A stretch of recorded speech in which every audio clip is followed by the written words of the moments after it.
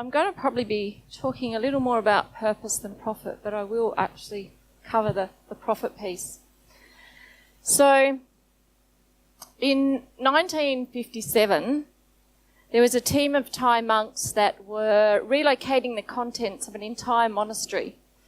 And one of the artifacts they were relocating was this giant clay Buddha. And as they shifted the Buddha from the foundations, it fell, and a large crack appeared in the clay.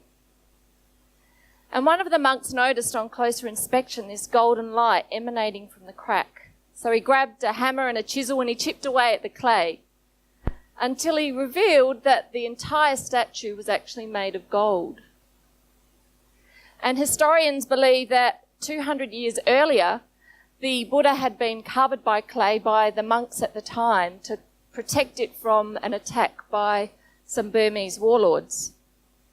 And sadly, the monks were all killed at the time, so it wasn't until 1957 that they discovered the statue was actually made of gold. So I believe that this story is actually a metaphor for our life, and that we're actually all born golden Buddhas, but over the course of our life we get covered upon layer of clay, or it looks like clay anyway. And that clay is a metaphor for our life situation and the unconscious conditioning that happens from the minute we're born. And the first layer of conditioning happens when we're born a girl or a boy.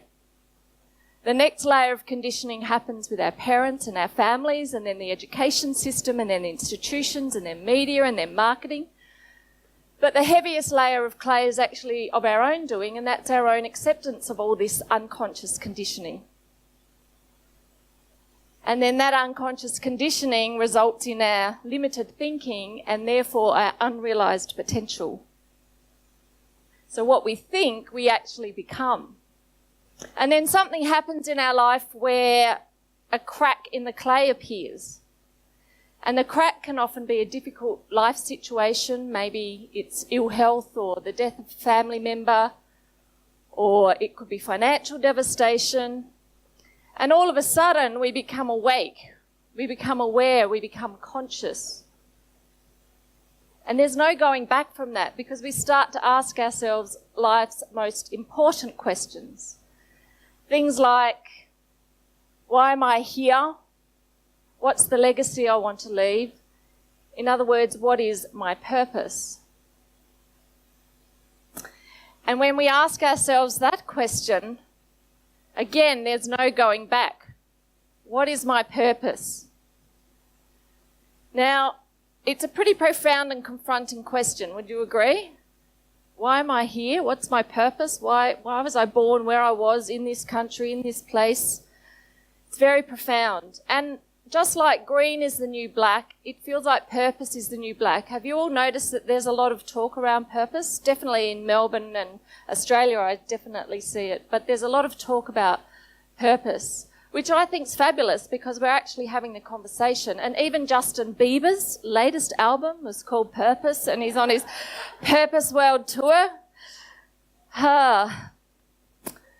So the problem with that, though, is that the challenge is with purpose is that it could become purpose washing, could become just the new greenwashing. Would you notice? How many big corporations have you seen pay lots of money for ad agencies and consulting firms to actually help them come up with their sexy new purpose statement? And then all of a sudden it gets plastered on the website, but none of it's actually enacted within the organisation. It becomes a marketing ploy rather than something real and meaningful that changes a culture. So today I'm actually going to talk about purpose and what it actually is. I'm going to actually define it, because I think the challenge with purpose is that it's so big and so unfathomable that we kind of don't even know where to start. So I want to make it real and practical so that we can start to think about what it means for us. So I've been studying purpose for probably about the last 6 years. I'm a reformed marketer. So purpose was my natural next step. And this definition is the best definition I've seen of purpose, of all of the books that I've read, of everything that I've studied.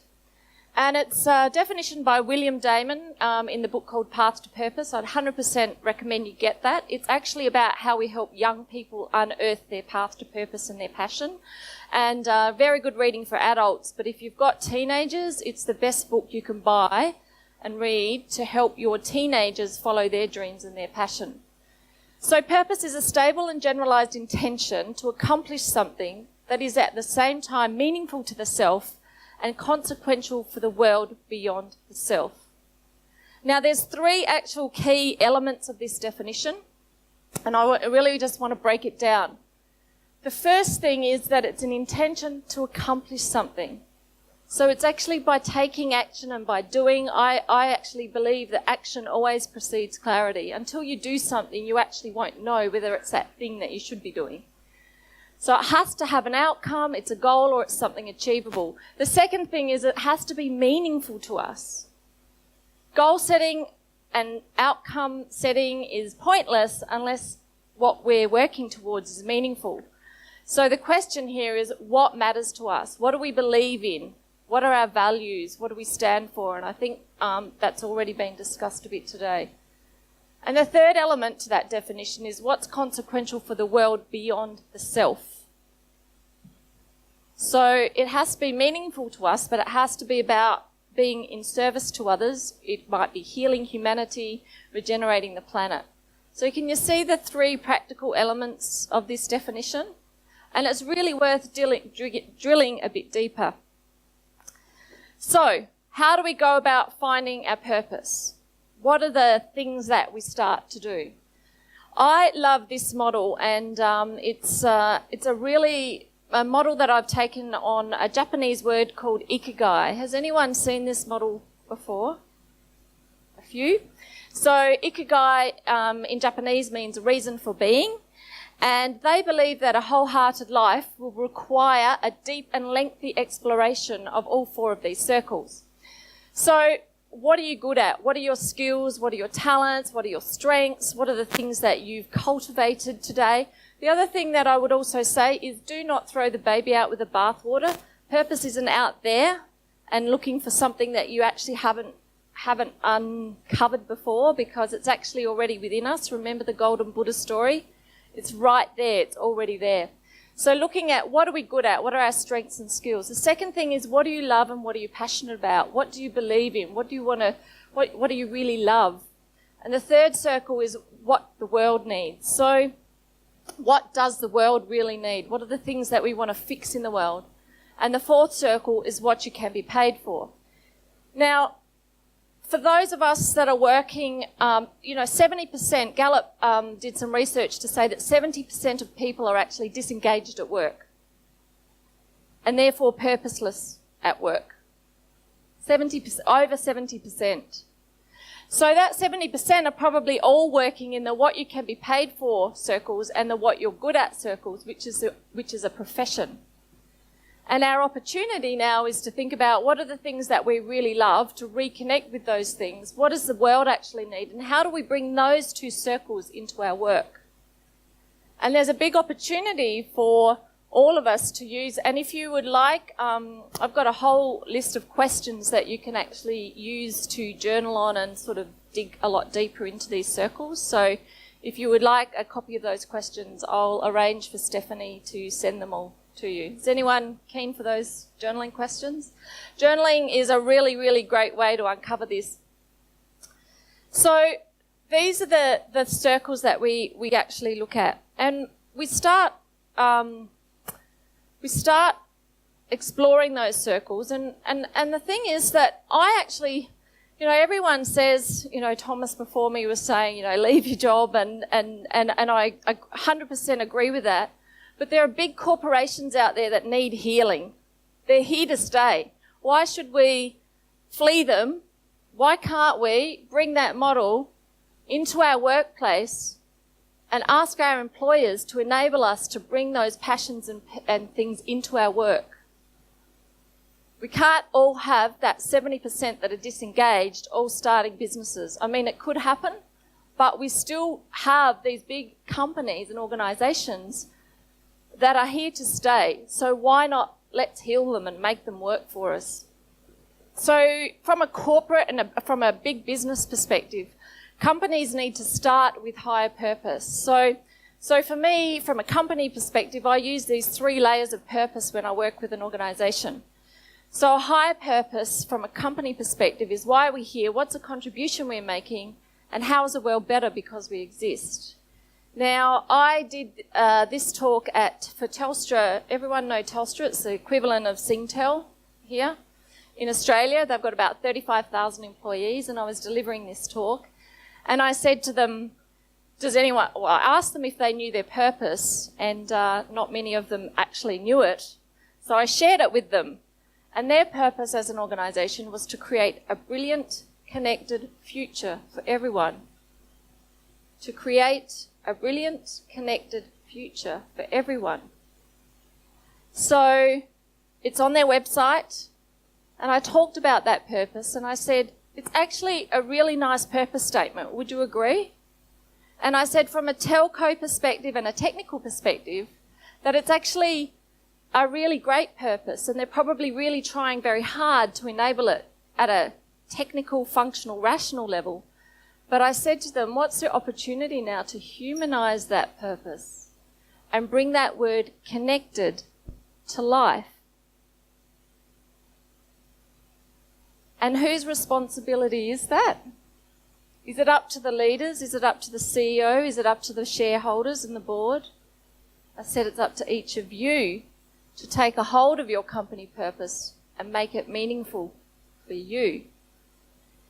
And that's when we need to make a purpose, a collective purpose. So in a company, what they'll often do is they'll do the purpose washing piece. They'll go to an ad agency, as I said, or a consulting firm, and they'll come up with a sexy purpose statement. But it's meaningless to pretty much everyone in the organisation. So the challenge for most companies then is to actually think about how do we actually make that purpose a collective purpose. It's the challenge and the opportunity, and I believe that if we follow this model, organisations can actually heal their cultures. What happens in many organisations' culture programs fail because they haven't actually got a higher purpose than making a profit. And then the last ring that I speak about is this idea of BYO purpose. And that idea is when a company becomes the arbiter and the curator of purpose in their people. So I was also giving this talk to a finance company, to the staff of a finance company. And one of the ladies, Karen, sent me an email after the talk, and she said my talk had inspired her to reconnect with that thing she was passionate about, which was health and well-being. So she was a financial advisor. And after 2 years of studying, she'd given it up because there was so much pressure at home and at work, and she'd been re-inspired to finish her studies. Now, sadly, Karen will probably become a corporate escapee when she does finish her studies. She'll start her own business, or she'll go and work for a health company. But my suggestion would be that for an organisation like that big finance company, is if they were to invite Karen to, if they paid for her studies, if they gave her time off, if they encouraged her to bring her health and wellbeing advice into the workforce, she could become a wealth and health advisor for clients. Like, this is where we could really start to think creatively in organisations and really enable people and become the curator and the arbiter of purpose in our people. This is what will heal cultures. When we have a higher purpose than profit, when everyone owns it and it becomes a collective purpose, and when we enable people to bring that thing they're passionate about into work, that's how we can heal cultures. So, there are many benefits to purpose. There's actually lots of research being done from an employee perspective. All the big 4 consulting firms are doing research on purpose. There's a lot of evidence showing that millennials will only buy purpose-driven brands. More and more, they're becoming conscious about their consumption. The other thing is that with a higher purpose, it drives community, it drives belonging, it actually becomes the new marketing. It becomes attraction.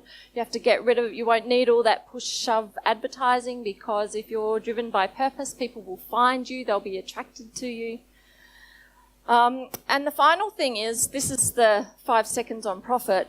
It is proven that conscious, purpose-driven companies will actually drive profit. Now, this is a chart. Conscious capitalism is a movement that started in the US by John Mackey of Whole Food Markets and also Raj Sisodia, who's an academic. And they measured a basket of conscious, purpose-driven companies against the S&P 500. And it showed that over 5, 10 and 15 years that the conscious, purpose-driven organisations outperformed the S&P 500.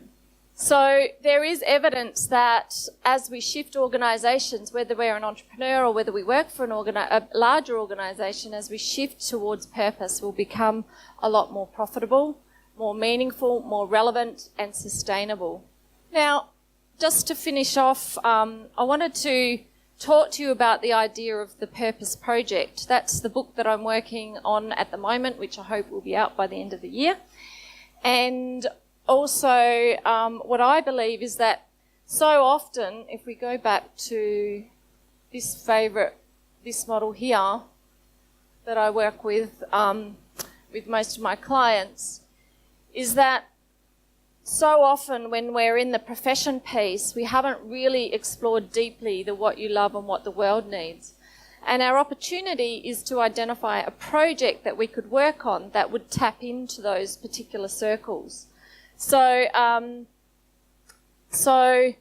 we experiment, we prototype, we develop a project that we're passionate about, that's really exciting to us, rather than actually feeling like we have to have this big universal thing, and once we're an entrepreneur, it's always going to be that. I always say start small. If you're at work and you've got a passion or a purpose you want to bring outside of work into work, find a project that you can work on, and make that your thing, the Purpose Project. And one of my own passionate purpose projects, I'll just share a little story to finish. About 12 months ago, I noticed that I was living in a large house which was larger than myself. My son was 18 and I was having a footprint probably of about 4 or 5 people instead of just one. I also was feeling disconnected from community. The house I was living in, there wasn't really much community around. And the third thing was it was right in the middle of the city and there was no nature. And I was just feeling really disconnected. So in April this year, I sold my house, and sliding doors moment, I came across this development in Melbourne, right by the banks of the Yarra River. Totally community-led, 65 residents, properties, and all about curating the community. It's about to be built. It'll be built by December next year. And the third thing is it's all small footprint. So when I tapped into those things that I loved and I was passionate about and my values, you become more open and you notice these sorts of projects. So that's one of my life projects at the moment, and I think we have various projects, and that our purpose evolves and that the projects we take on evolve, that we don't have to get wedded to that one big universal thing, that we tap into something, give it a go, and really have a go and experiment. So I really do believe that we're all born golden Buddhas, and that our answers are within inside us, that it's not out there, and that if we do the dig deeping inside, we will be able to get closer to that meaning and that purpose and why we're here. I know I've got a few more minutes, so I thought what I'd do rather than a Q&A is actually do a task. Are you up for that? Yeah? Okay. So what I'm going to do is practice something called a deep listening exercise. So rather than a conversation, what I'm going to ask you to do is for 2 minutes, talk to these circles with somebody that you don't know. And the listener, what I want the listener to do is to really immerse themselves in what that person is saying and to really tap in to their feelings and their emotion and what's coming up for them. And then what we'll do is we'll swap over. But I want you to really, really listen and talk, and do it with a stranger, because I think very often we're more honest when we're talking to people we don't know. True? Yeah. So I want you to really talk about where you feel you are right now in this model. And then I want you to talk about what is it that you think you need to do in order to explore the other circles and make sure they're in your life. So we'll start with 2 minutes. So pick a partner you don't know. And can we have a timer for 2 minutes, please? Thanks. Okay, so hands up all the A's. Number one and number ones or A's? Everyone started already? Okay. Go.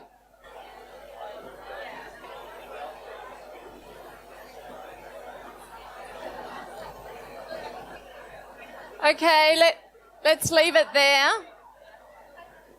But now comes the tricky bit.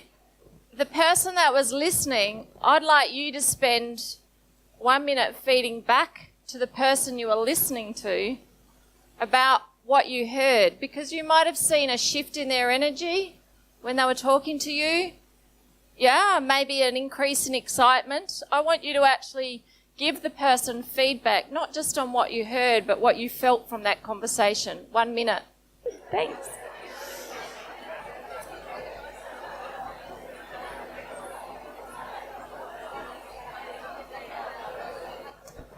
Did you find that exercise, did you find you got quite connected to the other person quite quickly?